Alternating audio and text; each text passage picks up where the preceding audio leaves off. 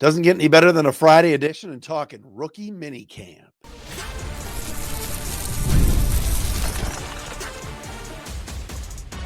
You are Locked On Lions, your daily Detroit Lions podcast. Part of the Locked On Podcast Network, your team every day. We're getting into the weekend, everybody. A Friday edition, end of the week of Locked On Lions right here on the Locked On Podcast Network, your team every day. Matt Derry with you on a Friday, May the 9th into Saturday, May 10th. Thanks for making us your first listen. Thanks for checking us out wherever you get your podcasts. Appreciate all the everydayers that are out there that watch or listen to the podcast daily. That includes some of our Facebook crew. Yes, good old Facebook. Mark Siegel. Yes, he follows us. Dr. Mark on the Matt Derry Facebook fan page. Chase Lesage, Michael Stanley, Tom Moriarty. Thank you for being everydayers. My guy, Bill Wilkins in Lexington, Kentucky. And of course, the Impellizzeri family, led by my BFF, Ashley, Tim, the whole crew. We appreciate all of you. And speaking of BFFs, Jeff and Lauren McMichael have a 9-year-old son. Happy birthday, Bob. Yes, Bobby Mack, 9 years old today. Thank you for those of you that watch us and check us out on our Locked On Lions YouTube channel. We appreciate all of you as well. Locked On Lions today. And brought to you by Amazon Fire TV Stick 4K. Turn any TV into your Xbox. No console needed.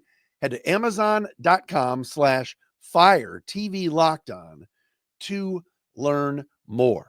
Yes, the Lions opened up rookie minicamp today down in Allen Park. Also had a few veterans sprinkled in. One interests me in particular that I want to get into. We'll get into that coming up next. Also, Tyleik Williams was not practicing today. We will tell you why that was the case. A minor controversy going on in Cincinnati. This is no stunner. The Cincinnati Bengals might be the worst franchise in the NFL. They're right up there. And today, something happened at Bengals minicamp that I don't believe would have happened if this player were in Detroit. We will explain coming up momentarily. Vegas odds for Super Bowl champion. The Lions did crack the top 5. Do you agree with it or disagree with it? We will give you the order of the odds momentarily here on Locked On Lions as well. But thanks for being here, everybody, and appreciate all of you being here on this, a Friday edition. I know what a lot of you that are watching on YouTube are going to say, why is he wearing a Cleveland shirt? You guys know I'm a Guardians fan. Shout out to the Tigers. They're kicking ass. All right. There's nothing I can say bad about the Tigers, at least on the field, at all. They are a machine right now. So that series coming up in a couple of weeks, May 22nd through the 25th. Not that I'm going to be down there at all. Hopefully every game.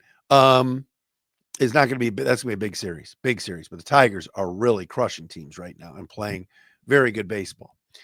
All right, so rookie mini camp got started today down in Allen Park. Yes, all of the draft picks there in attendance. A lot to discuss when it comes to rookie mini camp. I want to start with this, though. I have been saying this on the program for weeks now since the Lions drafted the big fella from Georgia in the second round, Tate Ratledge.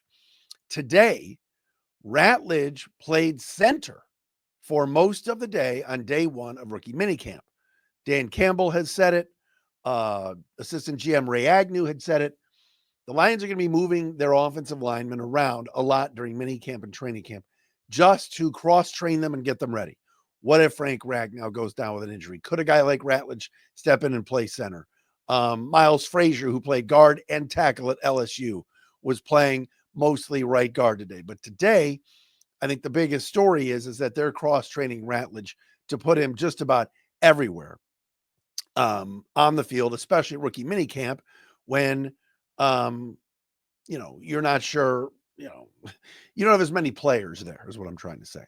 Now, he started at center, but when he was not at center, Tate Ratledge was at right guard, which is interesting because for most of the day today when Tate Ratledge wasn't at right guard, 5th round pick Miles Frazier was at right guard. So Maybe it's just one day. Maybe this is a Matt Derry over-exaggeration period, okay? But could it be that right guard is the spot where Glasgow, Ratledge, heck, Frazier, Mahogany, are they battling it all out for right guard? Is Mahogany the left guard? Is Glasgow the left guard? What are the Lions thinking right now? Because as we know, last year's right guard was damn good, and that was Kevin Zeitler. But unfortunately, in free agency this offseason, Kevin Zeitler got more money and signed with the Tennessee Titans. So are they just kind of leaving it that, you know what, the Zeitler spot's open, it's the right side. Many have opined, including yours truly. Hey, Twitter world, it's yours truly. Some of you will get that. Is it just that Zeitler's gone and the right guard spot's open, or are they contemplating moving Graham Glasgow from left guard back to right guard, where he was good 2 years ago? Because at left guard last year, at least for the second half of the season, he was not good. All of this is for discussion. But what I find interesting is Ratledge and Frazier were both on the right side today when they were playing guard. And I was, as pointed out by Jeremy Reisman, our man from Pride of Detroit, Miles Frazier was at right guard and right tackle today. Kingsley Equicon, who's back with the team, was playing some left guard today. Of course, played some center last year during the preseason, etc. But as of right now, Ratledge, Frazier, and that crew were all at right guard or center.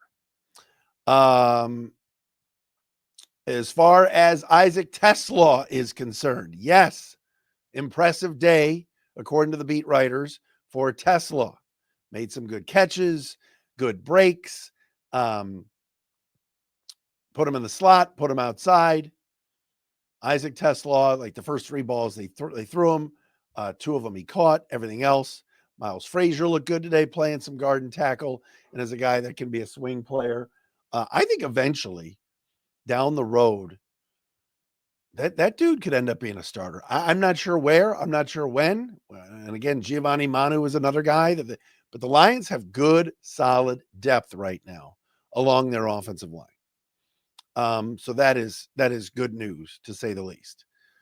One player that had a decent day today, and I had no idea was going to be on the Lions, but he's getting a tryout, is former Bears 5th-round pick, 28-year-old Trevis Gipson. Now, I had to look this up because I saw him on the list, and I went, wait a minute. I remember Trevis Gipson because 3 or 4 years ago, actually 4 years ago to be exact, Trevis Gipson, who was a 5th-round pick of the Bears, in 2021, started 9 games for them and had 7 sacks. So I'm like, whatever happened to him? Because a 7-sack season from a 5th-round pick is pretty good. Well, the next year in Chicago, he started 10 games. And again, these were bad Bears teams, but regardless, and had 3 sacks. Gibson was then released and waived, did not make the final roster going into 2023. He was picked up by the Tennessee Titans. He played in 8 games for the Titans that year and had 1 sack, 1 solo tackle, and 5 assists, so 6 tackles. Then was let go by the Titans after the season, signed in the spring of last year with the Jaguars, and then was traded to the Seahawks for a late-round pick before final cuts last year. He played in 2 games for Seattle, did not record a tackle or a sack at all. But Trevis Gipson is a guy that you wonder, look, and let's go back to last year. The Lions had so many injuries that a guy like Muhammad had to come in and play a lot. So keep an eye on this kid, Trevis Gipson. He's 28. He's had some success in the NFL and is getting a tryout. Does this mean he's going to make the team? I don't know, but the Lions sometimes unearth players, whether it was years ago with Jerry Jacobs or others that were non-drafted or that were street free agents. Al-Qadim Muhammad's another one that could come in and play a little bit. Keith Cooper Jr., another guy getting a tryout, an edge rusher that also can play a little bit on the inside, 6'5", 280 out of the University of Houston. Also today, at times was getting into the backfield. So that's another player that had a decent day. As far as Ahmed Hassanin, the 6th-round pick from Boise State, I saw his interview today, and all this guy was talking about was how great the food was in the cafeteria. He's like, they had lobster mac and cheese. This is the greatest thing ever. This kid just loves being a Detroit Lion. Loves it. Very vocal on the field. From what the writer said, it wasn't like it was a standout day for Hassanin, but I'm sure a lot of Lions fans are going to be interested almost daily in what Ahmed Hassanin, the 6th-round pick, is going to do. Short arms is an issue for him. But again, he's in rookie minicamp going up against other rookies, UDFAs, some free agents, and everything else. Hassanin just has incredible energy. Incredible energy. So everybody loves him, and everybody loves Dan Jackson, the safety too from Georgia, who I think could end up playing, if there's an injury, knock on wood, you hope not, because the 2 Lions starting safeties are great. But that's a dude that you could see on the field a lot, especially on special teams. The Lions' 1st-round pick, we did not mention, and there's a reason for that. We will tell you about that coming up next, right here on Locked On Lions. But as we told you earlier, Locked On Lions brought to you by Amazon Fire TV Stick 4K. Did you know your Fire TV is also an Xbox? Turn any TV into your gaming and entertainment hub with Fire TV Stick 4K devices. No console required. Just grab your paired controller, subscribe or sign in to Xbox Game Pass Ultimate with EA Play included, and you're ready to go. Dive into hundreds of premium titles. This is great. You can play EA Sports College Football 25, Call of Duty, as easily as you stream your favorite shows. Now, what if you could just jump into your favorite Xbox titles without needing your console in every room? That's the key to this whole thing. How do you game when you're not in front of your main setup, hotel stays, family visits, or even just the bedroom? Fire TV Stick 4K makes it possible to keep playing from almost anywhere. Here's what I want you to do. Head to Amazon.com/Fire TV Locked On to get started. Xbox Game Pass Ultimate subscription and compatible controller required. Available on select devices including Fire TV Stick 4K, 2nd Gen, Fire TV Stick 4K Max, 1st and 2nd Gen, and Fire TV Cube, 3rd Gen.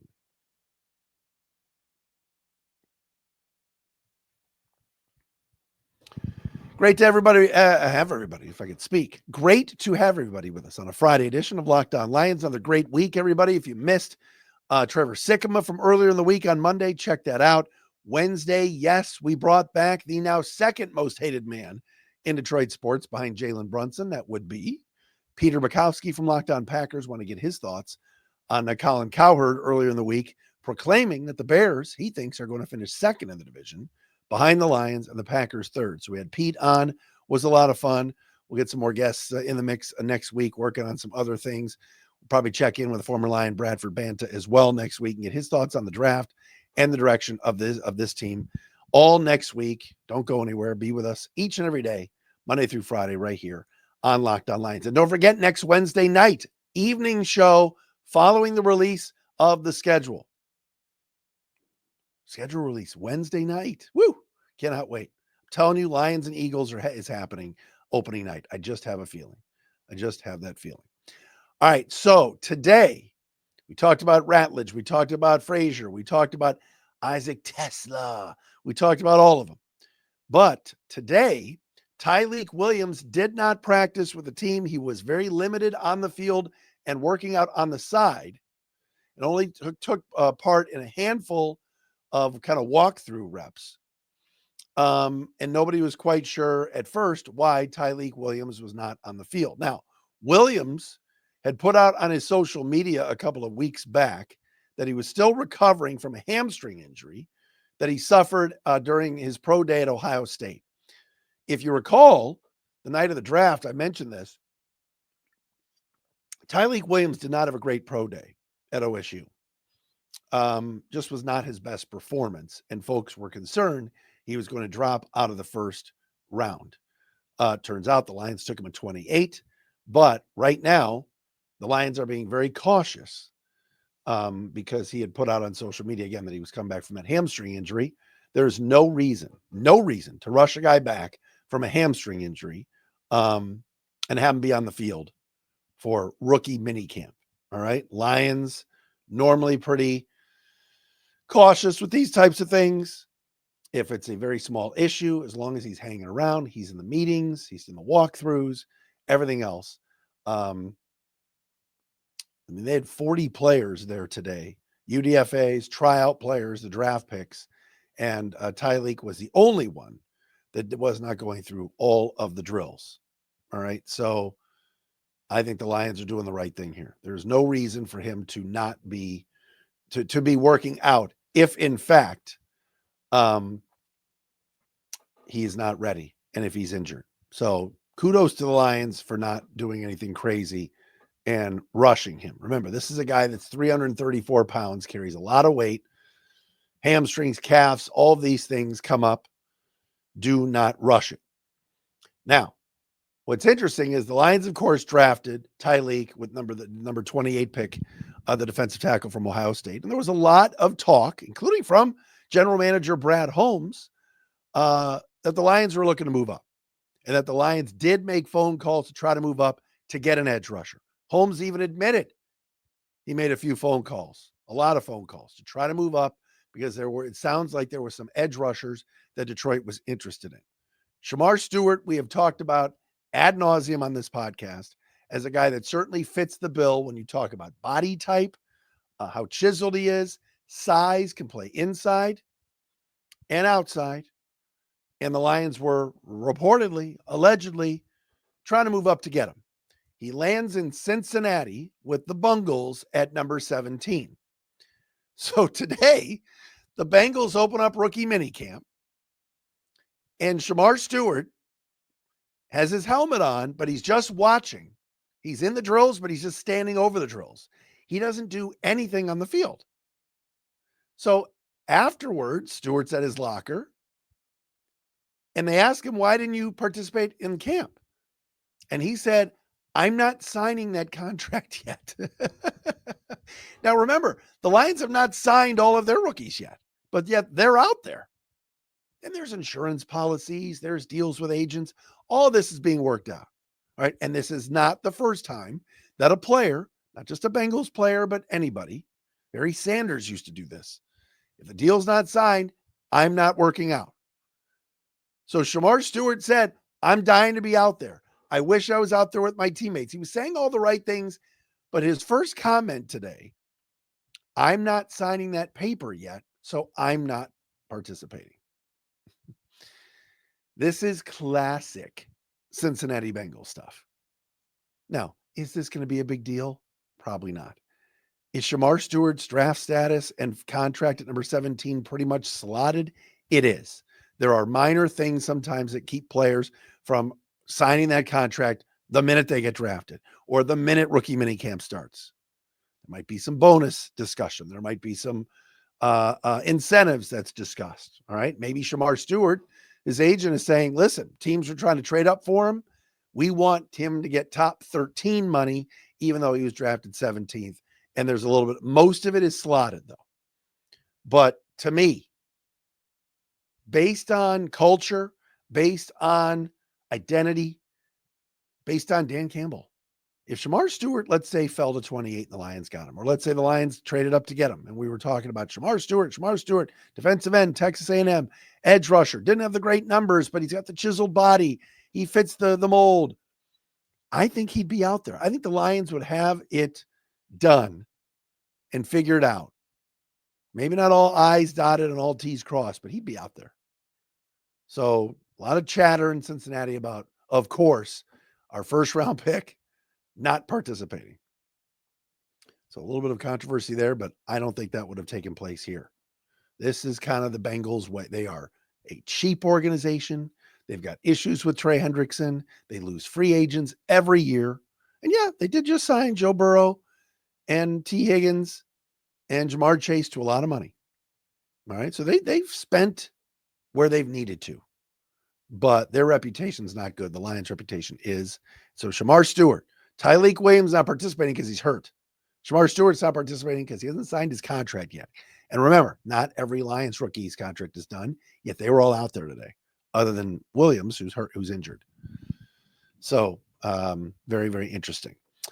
All right, let's get an updated Vegas odds. I saw a feature on one of the FS1 shows today where they were going over who they think the top 5 teams are out of Vegas that you can gamble on to win the Super Bowl. And the Lions' name never came up, but yet they are in the top 5. We will discuss that next, right here on Locked On Lions. And our friends here at Locked On Lions are brought to you by our other friends at LinkedIn. Looking for talent, trying to hire somebody? You got to go to LinkedIn Jobs. As a small business owner, your work doesn't end when the clock hits 5 o'clock. Your business is always on your mind, which means when it's time to hire, you need a partner that works just as hard as you do. That's where LinkedIn Jobs comes in. When you clock out, LinkedIn clocks in. LinkedIn makes it easy to post your job for free, share it with your network, and get qualified candidates all in one place. Post your job. LinkedIn's new feature can help you write job descriptions and then quickly get your job in front of the right people with deep candidate insights. And here's a little pro tip for you. Add the hiring frame, the hashtag hiring frame, to your profile picture to double your reach to qualified candidates. No wonder 72% of small businesses say LinkedIn helps them find high-quality hires. I'm on LinkedIn all the time. It's phenomenal. So good for you to connect, network, but also hire. Post your job for free at linkedin.com/LockedOnNFL. That's linkedin.com/LockedOnNFL to post your job for free. Terms and conditions apply.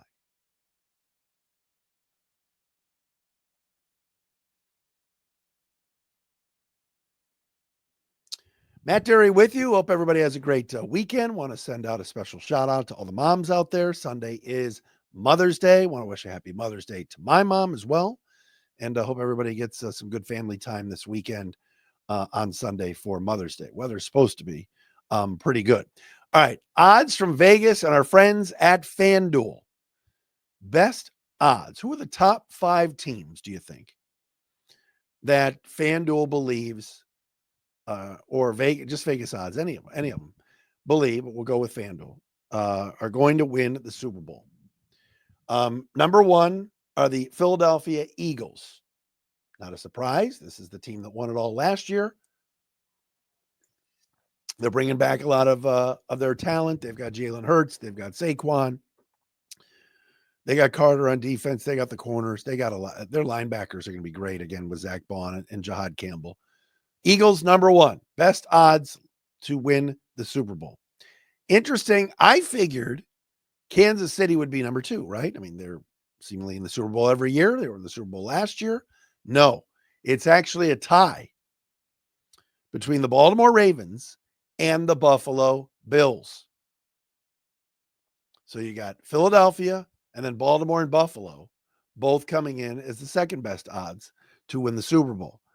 Buffalo, to me, and I know they drafted a lot of defense, and that was their issue. We saw this at Ford Field this year when the Bills came in and it was a track meet, right?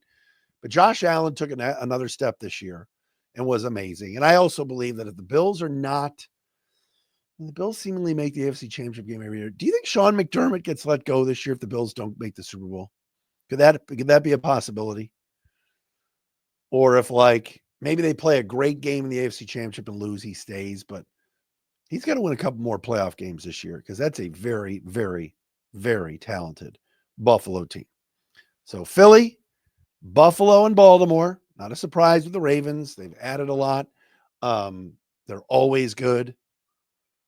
We ripped on them yesterday for the Justin Tucker football reasons bit. Number 4 is the Chiefs. Not a surprise. Lions will be going to Kansas City this year to face the defending AFC champs. Kansas City still returns so many guys, especially the young kids on defense. Their quarterback and Patrick Mahomes, Travis Kelce is back. Then at number 5, it is your Detroit Lions. I was watching a bit on FS1 today on one of the feeds. Chris Broussard and Nick Wright and all those guys, whatever that show is on the afternoon.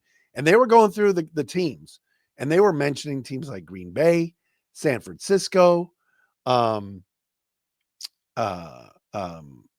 Denver, they weren't even bringing up the Lions. Washington kept getting love, like, oh, it's got to be Washington. And then they referenced the fifth team because they all had Kansas City, Philly, Buffalo, and Baltimore in that order, in one of those orders. But then it's like, no, it's Detroit. Are people sleeping on the Lions?